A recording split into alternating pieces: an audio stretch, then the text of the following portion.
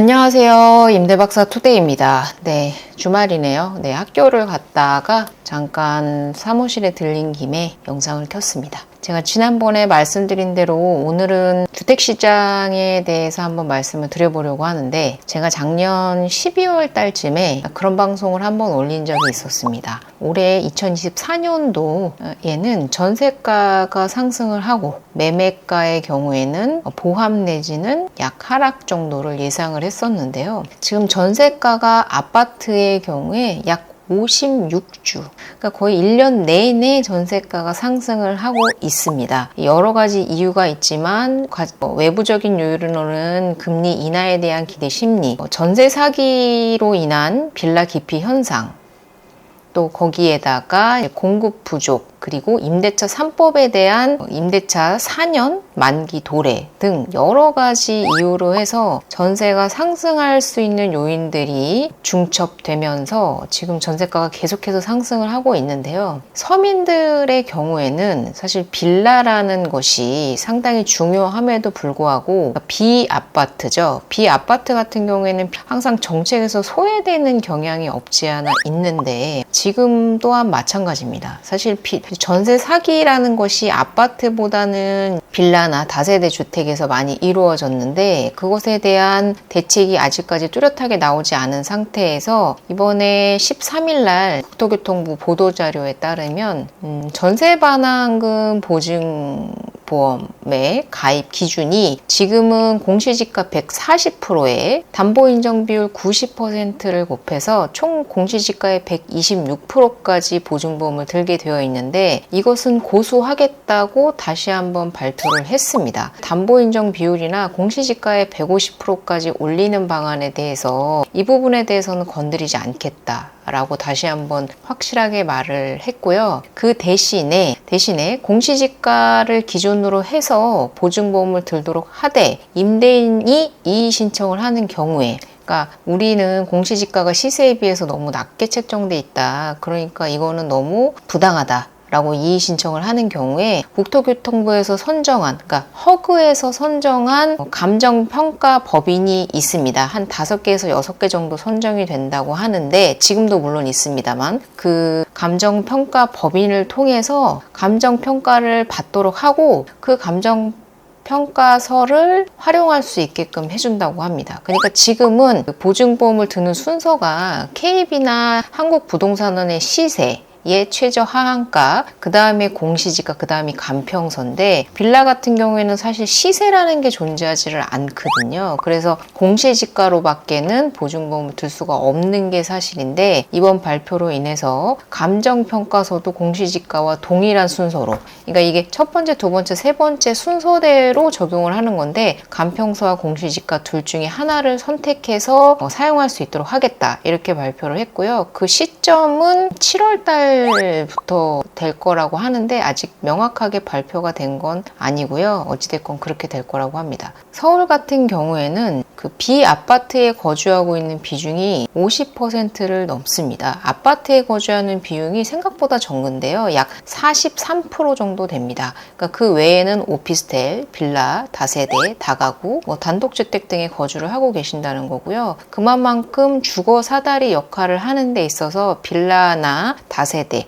비아파트의 역할이 상당히 중요했다, 이렇게 보셔야 될 것 같고, 그도 그럴 것이 아파트에 비해서 빌라의 가격이 낮고, 그리고 아무래도 서울의 직주 근접 이유 때문에 서울에 또는 수도권에 거주해야 되는 많은 분들께서 아파트의 비용이 부담스럽다 보니 빌라에 거주하는 비중이 상당히 높았고 거기에 전세로 사는 비중이 높았는데 이번에 전세 사기가 빌라와 다세대 주택에 집중되면서 빌라의 기피 현상이 너무나 심해졌거든요. 그래서 아파트의 전세가가 상승하는데도 커다란 영향을 주고 있고, 지금 엊그저께 기사에서는요, 지금 지방의 일부 광역시의 경우 인허가 물량이 0건을 기록한 지역도 있다고 합니다. 정말 그러니까 단 한 건도 빌라를 짓겠다라고 허가 신청을 낸 건설업자가 없다라는 얘기거든요. 그러니까 상당히 지금 심각한 상황에 놓여 있다. 빌라에 살다가 작은 아파트로 이전하고 그 작은 아파트에서 큰 아파트로 이전하는 그런 주거사다리 역할을 했던 것이 기피 현상으로 빌라를 짓지도 않고 있고 있는 빌라도 들어가지도 않고 있고 그리고 임대인들마저도 여유가 되시는 분들께서는 월세로 전환을 하시면서 지금 월세 수도권 빌라의 월세 비중이 거의 70%를 육박할 정도로 역대 최고를 기록하고 있습니다. 월세의 비중이. 그러니까 여러모로 지금 빌라의 전세를 마음 놓고 들어갈 수 있는 상황이 아니다. 왜 정부 정책에는 비아파트가 항상 포함이 되지 않는 걸까요? 저는 그게 상당히 궁금한데 아파트 값이 그로 인해서 많이 올라가고 있거든요. 이제 정부에서 전세 사기에 대한 이슈를 부각시킴으로 인해서 아파트에 대한 선호도가 더 강해지면서 지금 전세가가 올라가면서 매가를 밀어 올리고 있는 상황이거든요. 그래서 제가 작년 말에 얘기했듯이 전세가는 계속해서 상승을 하고 있고 앞으로도 그럴 것으로 예상이 되고요. 이제 전세가를 걱정할 상황이 아니고 이제는 매매가까지 걱정해야 되는 상황이 되었다. 이제 미국에서도 거의 확정적으로 얘기를 했습니다. 올해 한 번 정도는 금리를 인하하겠다. 그러면 지금 미국의 고용률도 그렇고 그리고 소비자 물가지수도 예상치보다 많이 낮게 나왔거든요. 그래서 여러 가지 기조들로 봤을 때 금리가 9월 달 정도에는 인하될 것이라고 전문가들이 예상을 하고 있기 때문에 한국은행도 한 번 정도는 금리를 인하하지 않을까 라고 생각을 하기 때문에 사실 이제는 금리는 아파트 가격에 영향을 주는 요인은 아닌 게 되었다. 그런 상황에서 빌라의 월세와 그리고 전세 기피 현상이 아파트로 몰리면서 전세를 밀어 올리는 것이 매매가에 영향을 주고 있다. 거기다가 입주 물량이 중요한 건데요. 인허가 착공은 계속해서 이루어지고 있으나 예전에 비해서 상당히 많이 줄어든 상황이기도 하면서 2025년부터 2028년도까지요. 지금 입주할 수 있는, 들어갈 수 있는 물량이 지금 거의 씨가 마른 상태입니다. 그래서 올해 말 그리고 내년 초부터는 매매가에도 상당히 큰 영향을 줄 것이다 이렇게 생각을 하고요. 이제 6월 달이 지났기 때문에 재산세, 종부세 뭐 이런 세금에 대한 기준이 되는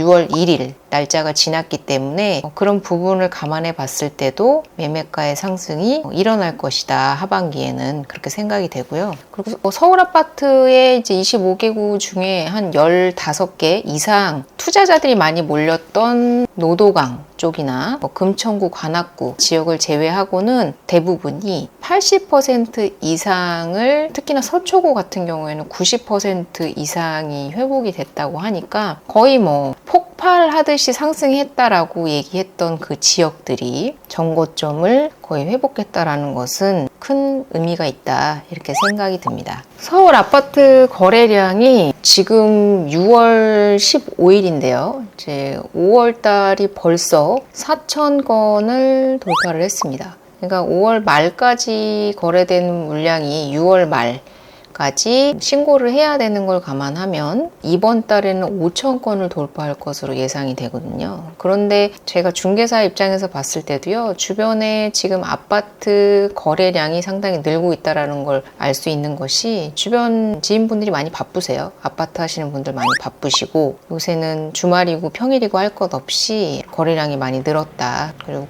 보러 오는 손님들이 많이 늘었다고 해요. 그래서 현장에서도 실질적으로 체감할 정도의 거래량이 살아나고 있다. 이렇게 보시면 좋을 것 같습니다. 빌라라는 게 제가 서두에도 말씀드렸다시피 주거 사다리 역할을 하는 정말 큰 수단이거든요. 126%라는 공시지가의 틀에 갇혀서 이 빌라 시장이 거의 정부에 의해서 빌라 가격이 통제되는 수준까지 와 있으면서 이로 인해서 빌라 시장이 붕괴될 위험에 놓여 있고 그것은 곧 아파트 전세가를 폭등시키는 결과를 초래할 것이다. 이렇게 예측을 하고 있습니다. 그 126% 부작용 이런 식으로 기사가 많이 나오고 있는데 그러면 공시지가의 보증보험을 이제 안 들면 이제 임대에 안 들어가고 있기 때문에 그 126%라는 것에 갇혀서 시세하고는 상관없이 상당히 부적절하다라고 저는 생각을 합니다. 이러한 빌라에 대한 정책은 반드시 나와야 한다. 근데 겨우